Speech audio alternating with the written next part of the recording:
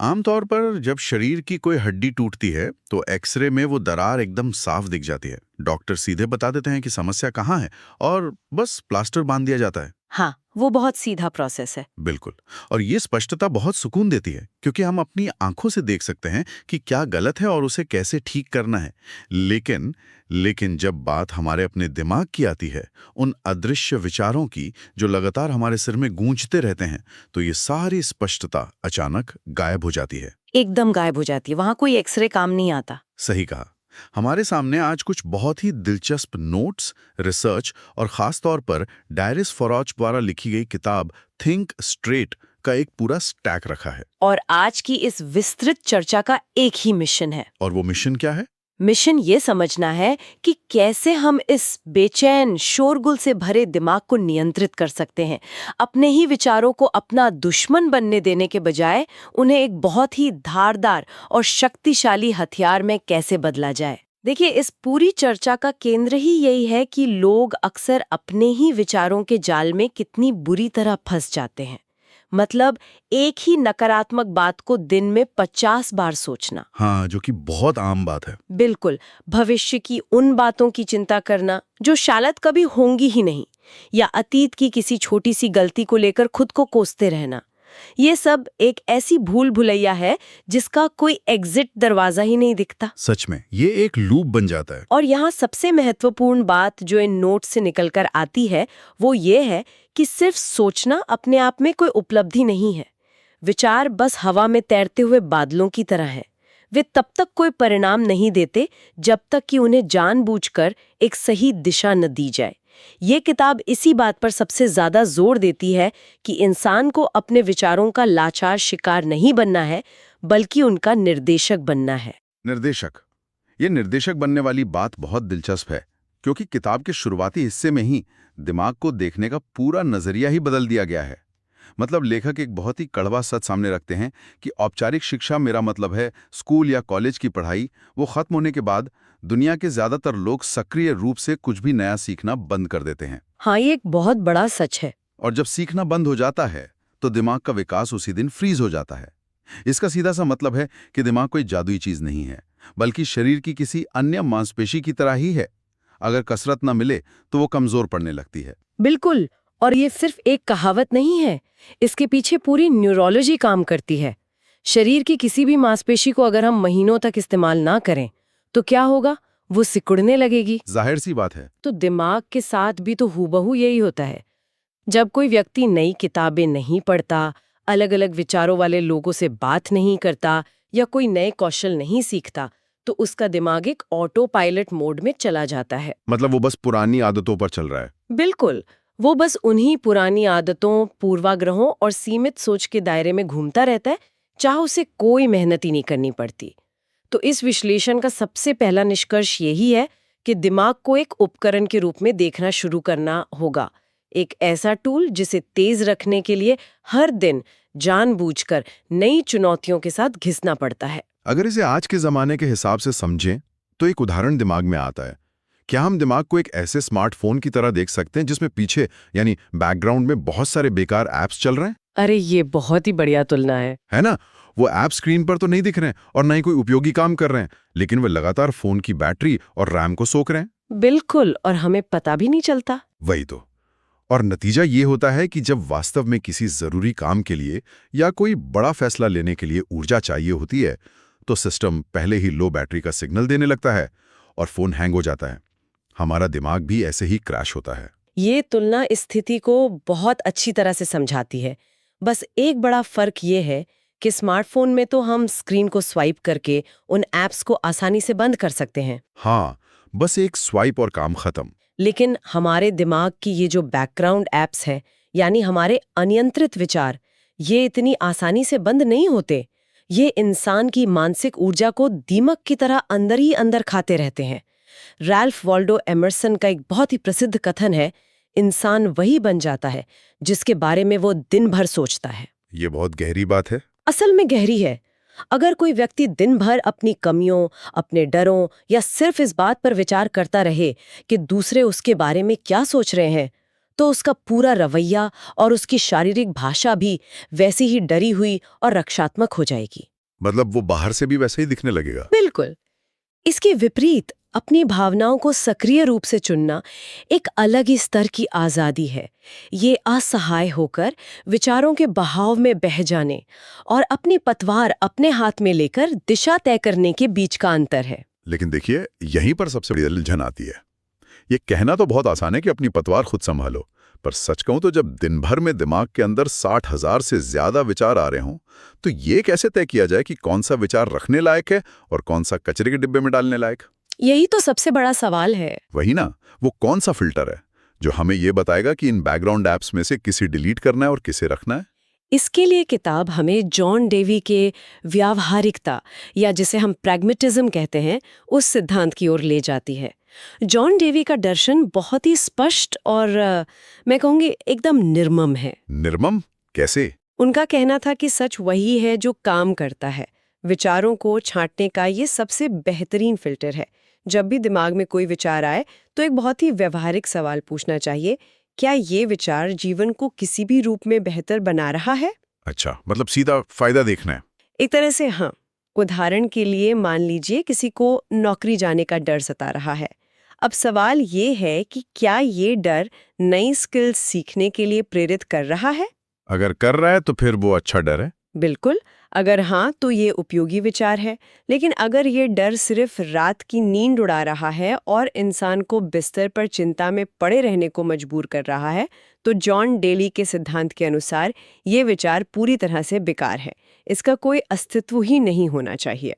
तो मतलब हमें एक गार्ड बिठाना होगा। हाँ, हमें एक ऐसा मानसिक गेटकीपर तैयार करना होगा जो केवल उन्हीं विचारों को अंदर आने दे जो कोई न कोई ठोस समाधान या प्रगति लेकर आते हो। असहमत होना चाहूंगा, या यूं कहें कि इसमें एक पेंच है। जॉन डेवी का ये जो प्रैग्मेटिज्म है, ये सुनने में एकदम रोबोटिक लगता है। रोबोटिक? हाँ, क्योंकि हम इंसान हैं, मशीन नहीं है। हम हमेशा इतने तार्किक या लॉजिकल नहीं होते। अगर किसी का रिश्ता टूट रहा है या कोई गहरे भावनात्मक संकट से गुजर रहा है, तो उसे ये कहना कि सिर्फ फैक्ट्स देखो और जो काम नहीं कर रहा उसे हटा दो, ये बहुत अमानवीय लगता है। भावनाओं को किनारे करना आसान नहीं है, ये मैं मानती हूँ। बिल्कुल। अक्सर लोग तथ्यों को जानते हुए भी अपनी पुरानी मान्यताओं और विश्वासों से चिपके रहते हैं। महान दार्शनिक डेस्कार्टेस ने भी तो कहा था कि हमें अपनी मान्यताओं की उत्पत्ति पर सवाल उठाना चाहिए। तो फिर इंसान तथ्यों से ज्यादा अपनी भावनाओं और मान्यताओं का गुलाम क्यों बना रहता है? ये बहुत ही जायज सवाल है। और ये इंसान के अमानवीय होने की बात नहीं है, बल्कि ये हमारे दिमाग की वायरिंग का हिस्सा है। मनोविज्ञान में इसे कॉग्निटिव बायस कहते हैं। हमारा दिमाग स्वाभाविक रूप से बहुत आलसी है। आलसी मतलब वो मेहनत नहीं करना चाहता। एकदम सही। वो जटिलताओं और मानसिक संघर्ष से बचना चाहता है। जब कोई नया तथ्य इंसान की किसी पुरानी गहराई से जड़ी हुई मान्यता को चुनौती देता है, तो दिमाग उस नए तथ्य को एक खतरे के रूप में देखता है। अरे मतलब वो उसे रिजेक्ट कर देता है। बिल्कुल। वो इसे स्वीकार करने के बजाय खारिज करने के तरीके ढूंढने लगता है, ताकि इंसान को वो भावनात्मक सुरक्षा मिलती रहे जिसकी उसे आदत पड़ चुकी है। इसे कन्फर्मेशन बायस कहते हैं। हाँ, कन्फर्मेशन बायस। मतलब हम वही सुनते हैं जो हम सुनना चाहते हैं। बिल्कुल वही। इंसान सिर्फ उन्हीं चीजों पर ध्यान देता है जो उसके पहले से बनी हुई राय को सही साबित करती हों।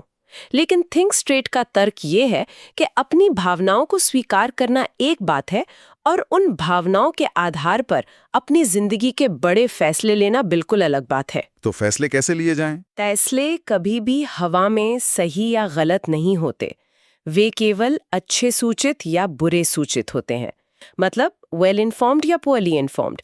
जितने अधिक ठोस तथ्य होंगे, निर्णय उतना ही जमीनी और मजबूत होगा। यानी भावनाओं को महसूस जरूर करना चाहिए, लेकिन ड्राइविंग सीट पर हमेशा तथ्यों को ही बैठाना चाहिए। हाँ, यही इस पूरी बात का सार है। ये बात समझ में आती है, पर जब हम तथ्यों और लॉजिक की इतनी बात कर रहे हैं, तो एक और समस्या खड़ी होती है। लोग जीवन को एक गणित के फॉर्मूले की तरह देखने लगते हैं, जहां ए करने से हमेशा बी मिलेगा। हाँ, ये एक बहुत आम गलतफहमी है। बचपन से ही तो सिखाया जाता है कि अगर अच्छी पढ़ाई की तो अच्छी नौकरी मिलेगी, और अच्छी नौकरी मिली तो जीवन भर खुशी मिलेगी। लेकिन असल जिंदगी तो ऐसे सीधे रास्ते पर नहीं चलती ना। बिल्कुल नहीं चलती। इंसान का दिमाग हर चीज में पैटर्न ढूंढने का आदी है। वो चाहता है कि जीवन एक सीधी रेखा यानी लीनियर तरीके से चले, लेकिन वास्तविकता पूरी तरह से गैर रेखीय यानी नॉन लीनियर है। इसमें हमेशा अनिश्चितता होती है। बहुत बड़ी अनिश्चितता होती है। कई बार एक व्यक्ति दिन रात मेहनत करता है, सब कुछ सही करता है, फिर भी उसका बिजनेस डूब जाता है। और कई बार कोई बिना किसी लंबे प्लानिंग के बस सही समय पर सही जगह मौजूद होता है और उसे एक बेहतरीन अवसर मिल जाता है। लक फैक्टर भी होता है। बिल्कुल। जब लोग इस बात को स्वीकार नहीं कर पाते कि जीवन कोई सीधा हाईवे नहीं बल्कि एक भूल भुलैया है, तो वे बहुत जल्दी निराश और हताश हो जाते हैं। उनकी वो ए से बी वाली गणित पूरी तरह फेल हो जाती है। इस सीधे रास्ते वाली सोच के फेल होने का सबसे दिलचस्प उदाहरण किताब में रिश्तों को लेकर दिया गया है। जब लोगों को कोई बड़ा फैसला लेना होता है, जैसे कि किसी के साथ रिश्ते में आगे बढ़ना है या नहीं, तो वे अक्सर क्या करते हैं? वही पुरानी लिस्ट बनाते हैं। हाँ, एक कागज के बीच में लाइन खींचते हैं और एक तरफ फायदे और दूसरी तरफ नुकसान की सूची बनाने लगते हैं, प्रोज एंड कॉन्स। जो कि बहुत ही अजीब तरीका इंसानों को तौलने का। वही तो, लेखक इस तरीके को पूरी तरह से नकार देते हैं। उनका कहना है कि ये काम ही नहीं करता। अब सवाल ये है कि अगर ये पुराना और आजमाया हुआ प्रोज एंड कॉन्स का तरीका गलत है, तो फिर इंसान इतने जटिल फैसले कैसे ले? देखिए, वो तरीका इसलिए फेल होता है क्योंकि रिश्तों और इंसानी स्वभाव को तराजू के दो पल्लों में नहीं तौला जा सकता। फायदे और नुकसान की सूची बनाने का मतलब है कि इंसान ये या वो, मतलब दिस और दैट की मानसिकता में फंसा हुआ है। दिस और दैट मतलब ब्लैक एंड व्हाइट। बिल्कुल। ये मानसिकता कहती है कि चीजें या तो पूरी तरह से सफेद हैं या पूरी तरह से काली, या तो सब कुछ अच्छा है या सब कुछ बुरा है। लेखक समझाते हैं कि हमें इस बाइनरी सोच को तोड़ना होगा और ये और वो दोनों की मानसिकता को अपनाना होगा। This and that. हाँ, जीवन में विरोधाभास हमेशा एक साथ मौजूद रहते हैं। उदाहरण के लिए, किसी रिश्ते में एक व्यक्ति की कुछ आदतें बहुत ज्यादा परेशान करने वाली हो सकती हैं, लेकिन उसी समय वो व्यक्ति बहुत केयरिंग और वफादार भी हो सकता है। ऐसा तो हर इंसान में होता है। बिल्कुल होता है। जब हम ये और वो दोनों वाला दृष्टिकोण अपनाते हैं, तो हम इंसान को उसकी पूरी जटिलता के साथ देख पाते हैं। इससे दिमाग पर हर चीज को परफेक्ट साबित करने का जो दबाव होता है, वो खत्म हो जाता है और एक संतुलित फैसला लेना बहुत आसान हो जाता है। ये और वो दोनों वाला कॉन्सेप्ट वाकई बहुत सी मानसिक उलझनों को सुलझा सकता है। लेकिन इन सब बातों के बीच एक ऐसी समस्या है जो शायद आज के दौर की सबसे बड़ी महामारी बन चुकी है। आप ओवरथिंकिंग की बात कर रहे हैं ना? एकदम सही। ऐसा लगता है कि लोग सोचने में इतने माहिर हो गए हैं कि वे काम करना ही भूल गए हैं। किताब बहुत कड़े शब्दों में याद दिलाती है कि विचारों का तब तक कोई वजूद या अर्थ नहीं है जब तक वे अंततः किसी एक्शन या कार्य में न बदल जाएं। सच कहूं तो ओवरथिंकिंग असल में हमारे ही दिमाग द्वारा रचा गया एक बहुत बड़ा भ्रम है। ये इंसान को ये महसूस कराता है कि वो कोई बहुत गहरा काम कर रहा है, कोई बड़ी समस्या सुलझा रहा है, जबकि वास्तव में वो अपनी जगह से 1 इंच भी नहीं हिल रहा होता। सिर्फ ख्याली पुलाव पकाना। हाँ, और ये समय और ऊर्जा की सबसे भयंकर बर्बादी है। जब कोई व्यक्ति किसी समस्या के हर संभावित पहलू के बारे में जरूरत से ज्यादा सोचता है कि अगर ऐसा हो गया तो क्या होगा, अगर उसने वैसा कह दिया तो क्या होगा, तो वो समाधान ढूंढने के बजाय खुद को चिंता के एक गहरे दलदल में धंसा रहा होता है और बाहर निकलने का रास्ता ही नहीं मिलता। विचारों की पूरी श्रृंखला का अंतिम पड़ाव एक्शन होना ही चाहिए। अगर कोई विचार किसी ठोस कदम तक नहीं ले जा रहा है, तो वो महज एक मानसिक शोर है। इसे अगर रोजमर्रा की जिंदगी के एक हल्के फुल्के उदाहरण से समझें, तो ये कुछ वैसा ही है जो लोग अक्सर वीकेंड पे करते हैं। लोग 45 मिनट तक नेटफ्लिक्स पर सिर्फ स्क्रॉल करते रहते हैं, ये सोचने में और विश्लेषण करने में कि क्या देखा जाए, कौन सी फिल्म बेहतर होगी, और अंत में बिना कुछ देखे ही सो जाते हैं। बिल्कुल। या फिर इसे ऐसे देखें कि किसी गाड़ी को न्यूट्रल गियर में रखकर उसका इंजन स्टार्ट कर दिया जाए और एक्सेलरेटर पूरी ताकत से दबाया जाए। ये तो बहुत ही नुकसानदायक होगा गाड़ी के लिए। बहुत ज्यादा। आवाज बहुत आएगी, इंजन पूरी तरह से गर्म हो जाएगा, ईंधन भी जल जाएगा, लेकिन गाड़ी 1 इंच भी आगे नहीं खिसकेगी। ओवरथिंकिंग हमारे दिमाग के साथ हूबहू यही करती है। ये हमें अंदर ही अंदर थकाकर चूर कर देती है, बिना हमें हमारी मंजिल के करीब पहुंचाए। ये गाड़ी वाले न्यूट्रल गियर का उदाहरण एकदम सटीक है और जिस तरह उस ओवरहीट हो चुके इंजन को बंद करके ठंडा होने की जरूरत होती है, वैसे ही हमारे दिमाग को भी ठंडा होने की जरूरत होती है। यहाँ किताब एक बहुत ही स्पष्ट समाधान देती है, विचारों को जाने देना सीखना, मतलब लेट गो करना। पर लेट गो करना इतना आसान तो नहीं है। नहीं है, पर अक्सर लोगों को लगता है कि लेट गो करने के लिए या दिमाग को शांत करने के लिए उन्हें अपना घर-बार छोड़कर पहाड़ों पर जाना पड़ेगा या दिन में 2 घंटे आंखें बंद करके कोई जटिल ध्यान करना पड़ेगा। हाँ, लोग इसे बहुत आध्यात्मिक बना देते हैं। बिल्कुल, लेकिन यहाँ बात उस स्तर की नहीं हो रही है। ये सिर्फ एक सचेत आंतरिक निर्णय है।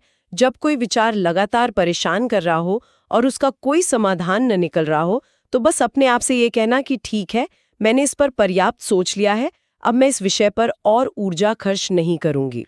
बस एक फुल स्टॉप लगाना है। हाँ, विचारों से लड़ने के बजाय उन्हें एक दर्शक की तरह बस आते और जाते हुए देखना सीखना होगा। ये लेट गो करने की कला वाकई एक सुपर पावर की तरह है।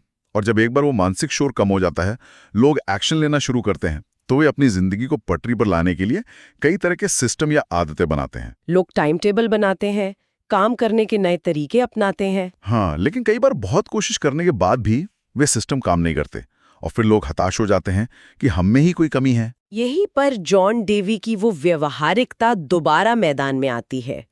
अगर कोई स्थापित सिस्टम, कोई सुबह की दिनचर्या या काम करने का कोई तरीका नतीजे नहीं दे रहा है, तो उसके साथ भावनात्मक रूप से चिपक कर बैठे रहने की कोई जरूरत नहीं है। उसे तुरंत बदल देना चाहिए। उसे बिना किसी पछतावे के तुरंत बदल देना चाहिए। और ये इतनी तेजी से क्यों करना चाहिए? इसके पीछे इस किताब का शायद सबसे गहरा और झकझोर देने वाला सबक है। ये सबक हमारे संसाधनों के बारे में है। संसाधन मतलब पैसा और समय। बिल्कुल। दुनिया में ज्यादातर लोग अपना सारा ध्यान और अपनी सारी चिंता पैसे को लेकर खर्च करते हैं। लेकिन सच ये है कि पैसा एक ऐसा संसाधन है जिसे अगर आप खो भी दें तो दोबारा कमाया जा सकता है। वो तो है, पैसा तो आता जाता रहता है। लेकिन जो समय हम फालतू के विचारों में, बिना वजह की चिंताओं में, ओवरथिंकिंग में या किसी ऐसे सिस्टम को चलाने में बर्बाद कर देते हैं, वो समय हमेशा के लिए खत्म हो जाता है।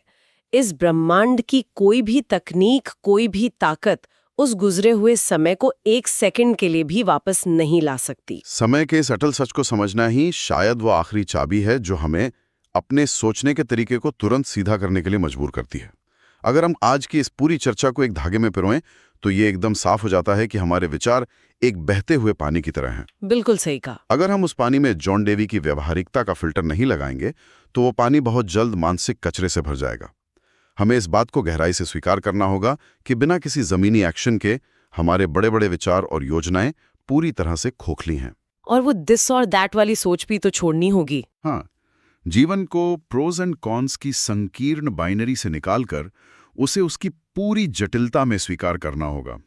और सबसे बढ़कर उस समय की कीमत को पहचानना होगा जो हर पल हमारे हाथों से रेत की तरह फिसल रहा है।